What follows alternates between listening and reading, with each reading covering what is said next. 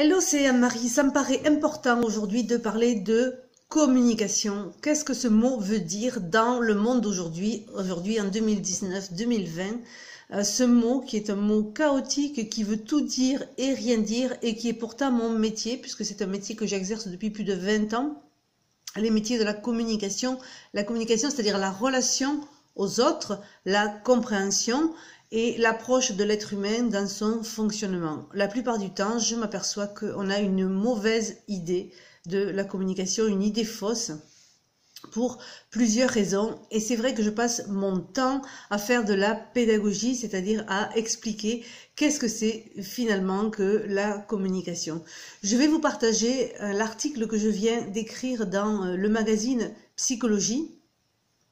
Et juste avant, je voudrais vous parler des principales idées reçues sur la communication. Première idée reçue, on croit que la communication, c'est parler. Là, par exemple, je suis en train de vous parler et on croit que c'est ça la communication. Eh bien, c'est ça, mais à 20%. Ça veut dire qu'il y a 80% environ de communication qui n'est pas de la parole. Donc, communiquer, c'est parler, oui, mais à 20%. Ça veut dire que quand vous communiquez à quelqu'un ou avec quelqu'un, il y a 80% qui sont une zone d'ombre en fait. La deuxième idée reçue, c'est il suffit de dire à sa façon pour être compris. On croit que si on le dit à sa façon, avec ses propres mots, eh bien on va être compris de l'autre, on va avoir la sensation que ce que l'on a dit, c'est arrivé directement de la même manière dans la tête de l'autre. Ça, c'est complètement faux, puisque l'information est distordue, elle est, si vous voulez, elle passe au travers de filtres et elle n'arrive pas de la même manière que vous l'avez envoyée. Donc l'information, c'est du changement, elle se transforme. Troisième idée reçue vis-à-vis de la communication, c'est on a aujourd'hui des moyens modernes, des moyens techniques pour communiquer et on n'a jamais aussi mal communiqué. Là aussi, c'est une erreur, une idée fausse de croire que parce que on a les téléphones, les écrans, WhatsApp, Messenger, etc., on croit qu'on va mieux communiquer. Eh bien, c'est faux. Non seulement on communique pas mieux, mais on communique encore plus mal, puisque le message qui est envoyé est compris de diverses façons et interprété. Donc je dirais que les nouveaux moyens technologiques de communication, ça confusionne, ça met de la confusion supplémentaire dans le message. Quatrième idée reçue, communiquer, c'est une perte de temps. La plupart des gens croient que passer du temps à communiquer, on va le perdre. En fait, on va perdre son temps et on a autre chose à faire. Beaucoup de gens pensent qu'ils ont autre chose à faire que de communiquer, parce que communiquer, c'est, pour la plupart des gens, c'est parler. Parler pour rien dire. Parlementer, c'est perdre du temps. Et quand on perd du temps et qu'on répète les mêmes choses et qu'on n'est pas compris, eh bien on perd de l'énergie et ça fatigue beaucoup. Dans le milieu de l'entreprise, c'est vraiment ce que je remarque, c'est qu'on passe beaucoup de temps à discuter, à parler et on ne se comprend pas forcément. Et surtout, il y a beaucoup de fatigue parce que je vois des employés, des collaborateurs, des managers qui sont fatigués de devoir répéter les choses et fatigués de parler. Donc communiquer, ce n'est pas parler ni parlementer, hein, c'est vraiment autre chose, c'est comprendre l'autre, c'est mettre de l'efficacité dans le dialogue et les messages pour que on se sente compris, pour qu'on se sente écouté et pour que ça avance, en tout cas que les projets avancent, que les actions avancent et qu'on travaille bien ensemble. Oui, c'est possible et je vous montrerai comment au fur et à mesure. Cinquième idée reçue, c'est le face-à-face est difficile à maîtriser. On croit que la communication, c'est se mettre en face-à-face avec l'autre. 9 personnes sur 10, je n'ai pas vérifié les chiffres, mais beaucoup de gens ont peur du conflit. Donc, se mettre à communiquer face à quelqu'un, c'est vraiment avoir la peur que ça dégénère.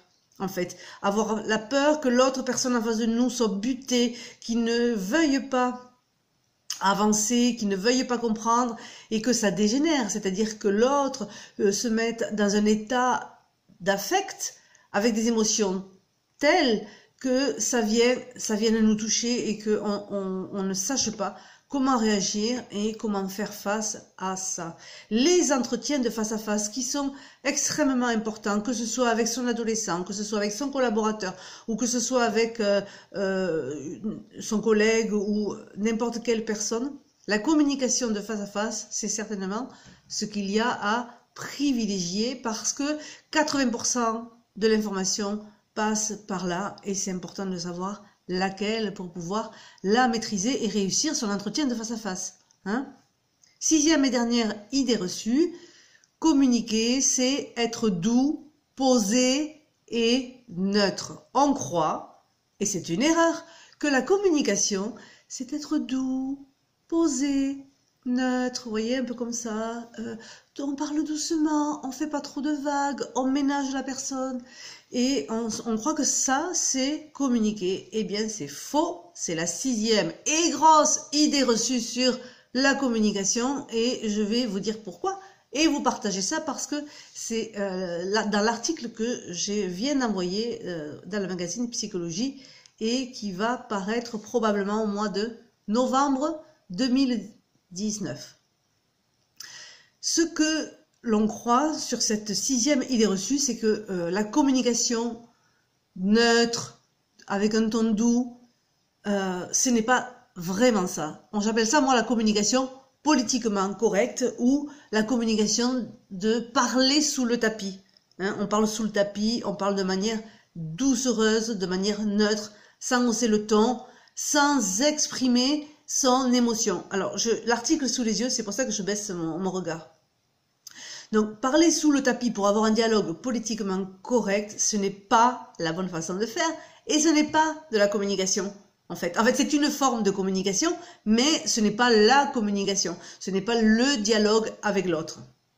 Est-ce que ça vous arrive, vous aussi, de pratiquer la communication politiquement correcte, hein? Par peur de blesser, par peur de froisser l'autre ou par peur de le gêner, eh bien, vous employez cette forme de communication.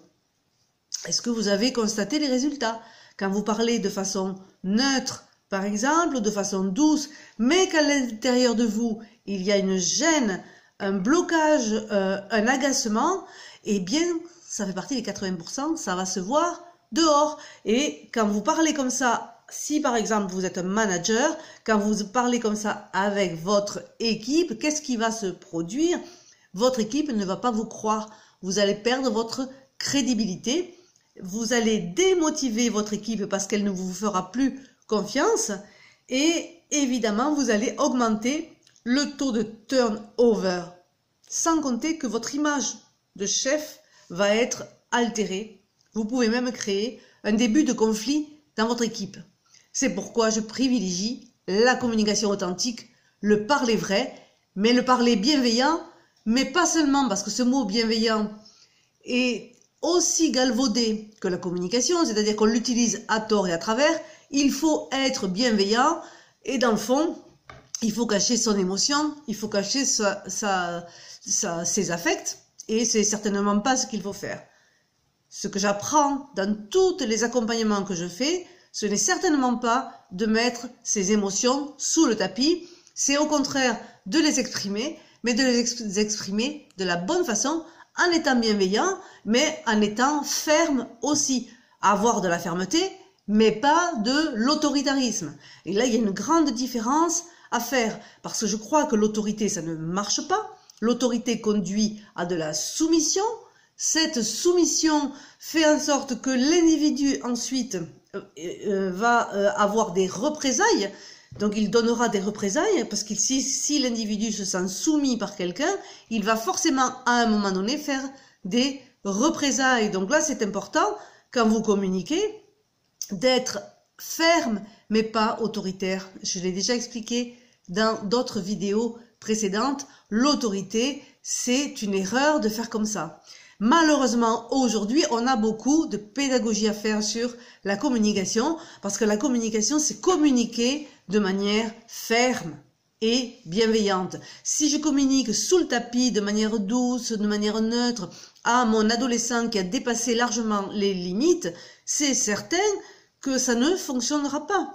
C'est important d'avoir de la fermeté avec son adolescent sans forcément avoir de l'autorité, de l'autoritarisme un peu, vous voyez. Donc c'est toujours trouver le juste milieu. Parce que on se trompe la plupart du temps sur ce sujet de la communication.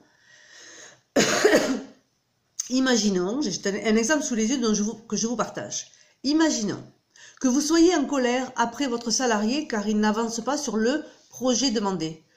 Vous lui dites que, comme il ne comprend pas bien la consigne, eh bien vous allez installer un tableau de bord pour surveiller l'avancement de ses projets. Que croyez-vous qu'il va se passer?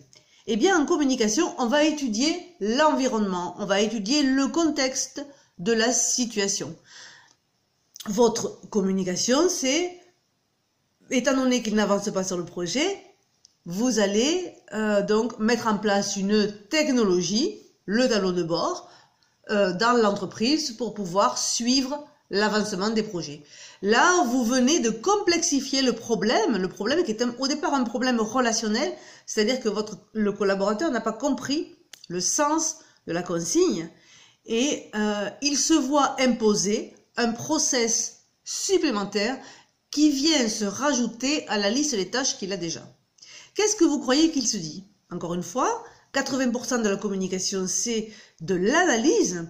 Eh bien, par exemple, il peut se dire que il peut ne pas comprendre pourquoi on installe un process supplémentaire. Il peut se mettre à douter de quelque chose, qu'il n'a pas fait le bon travail, qu'il n'est pas apprécié, qu'il n'est pas la personne qu'il convient.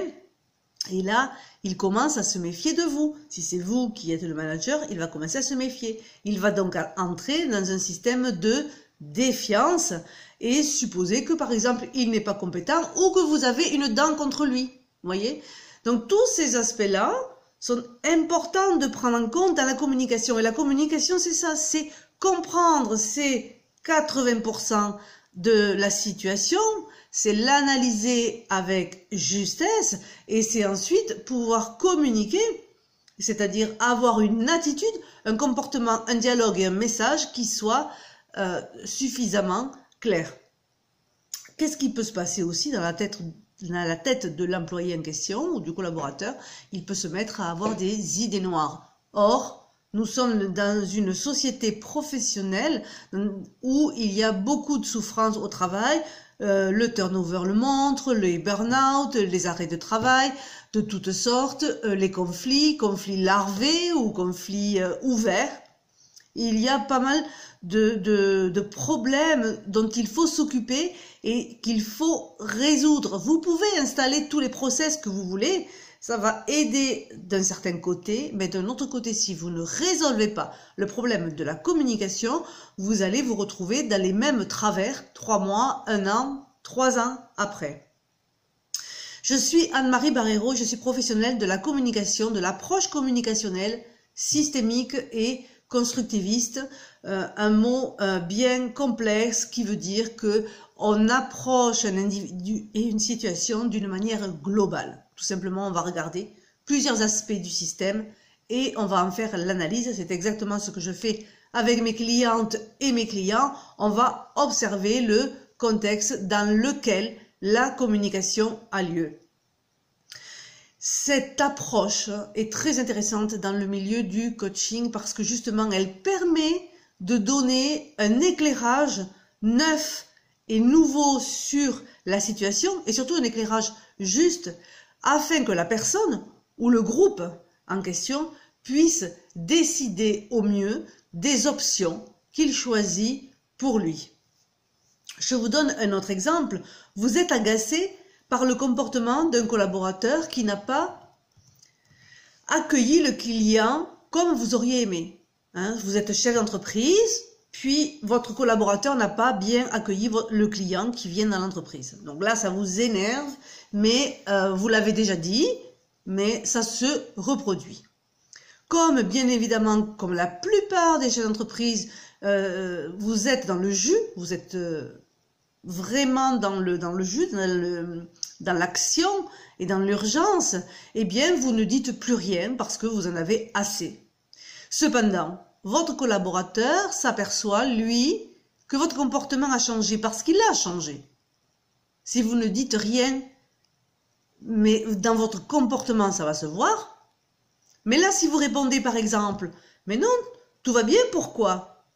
Parce que vous craignez de lâcher votre ras-le-bol ou votre colère parce qu'il n'a pas fait ce que vous lui avez demandé, votre collaborateur va ressentir un contraste entre ce que vous dites et ce qu'il ressent.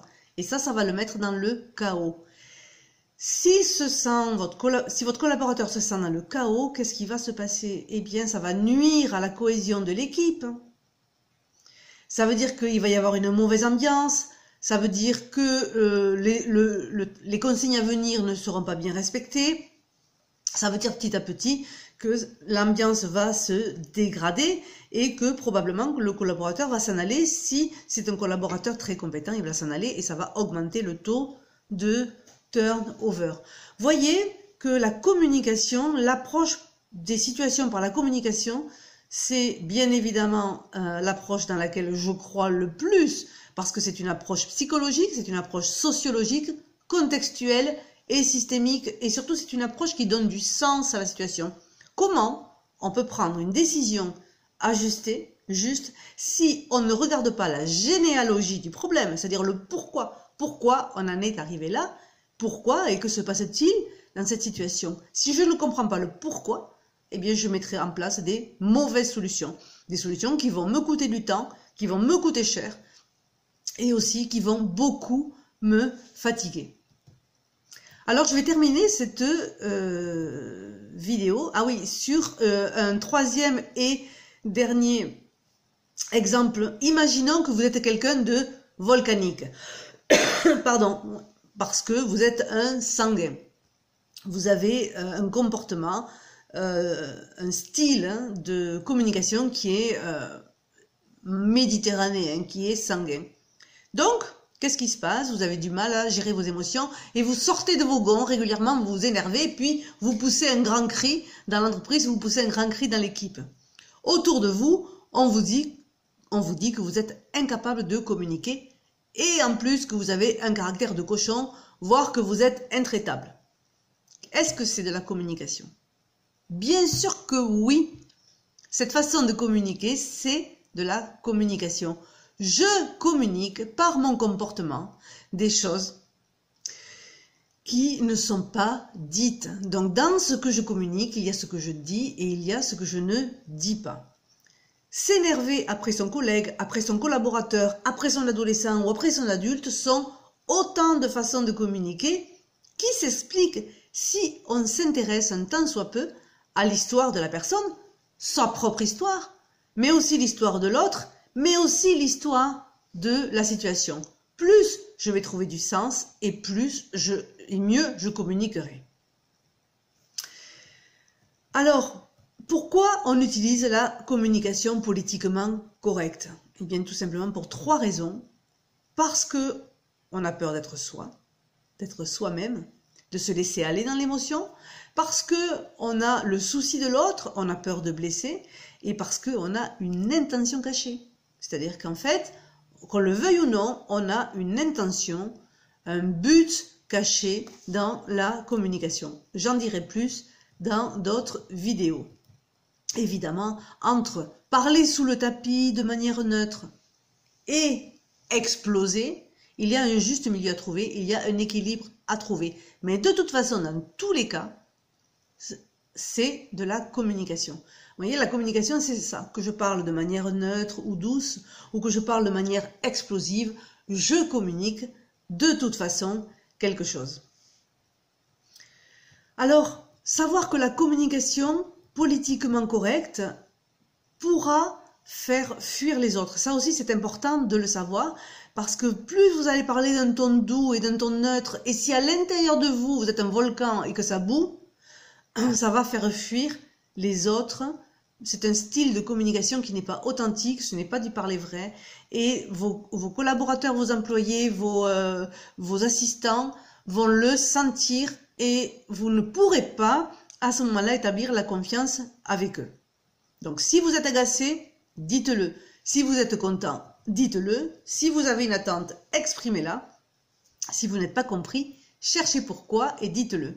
Plus vous serez vous-même et plus vous serez respecté et plus votre équipe sera de bonne humeur et à vos côtés. Si vous êtes parent, c'est la même chose. Plus vous êtes agacé et plus vous avez à le dire et à l'exprimer et à créer avec les jeunes ce même genre de dialogue. Plus vous allez faire comme ça, plus vous allez être respecté. La communication, vous voyez que c'est plus complexe que ce qu'il n'est paraît, mais en même temps, quand on a compris et qu'on commence à l'utiliser, c'est très simple. Si vous regardez en bas de cette vidéo, vous allez voir les liens vers ce que je propose comme service, que ce soit de l'accompagnement d'équipe, que ce soit de l'accompagnement individuel. Je propose plusieurs services qui vraiment permettent d'apprendre à communiquer dans plusieurs circonstances de la vie, des situations qui sont difficiles pour certaines personnes et qui peuvent paraître complexes, mais qui ne le sont pas vraiment quand on a des solutions. Donc dans ma boîte à outils, il y a des solutions qui viennent du coaching, qui viennent de la PNL, qui viennent de l'analyse systémique, qui viennent donc de mes recherches doctorales, puisque j'ai étudié la psychosociologie, qui viennent de toutes mes recherches en co-développement, etc. Donc en fait, j'ai créé une boîte à outils autour de ça pour pouvoir accompagner mes clientes et mes clients à améliorer leur posture de communicateur ou de communicatrice pour vraiment régler et dépasser les problèmes du quotidien, les petits problèmes et les gros problèmes, les petits problèmes qui souvent amènent des gros problèmes. Donc à partir d'aujourd'hui, ne parlez plus sous le tapis, ne vous mettez pas à hurler non plus, mais vous pouvez trouver un juste milieu. N'hésitez pas à prendre un rendez-vous avec moi sur mon agenda qui sera en bas de cette vidéo. Je vous souhaite une excellente journée et j'espère vous avoir éclairé davantage sur ce que c'est que la communication.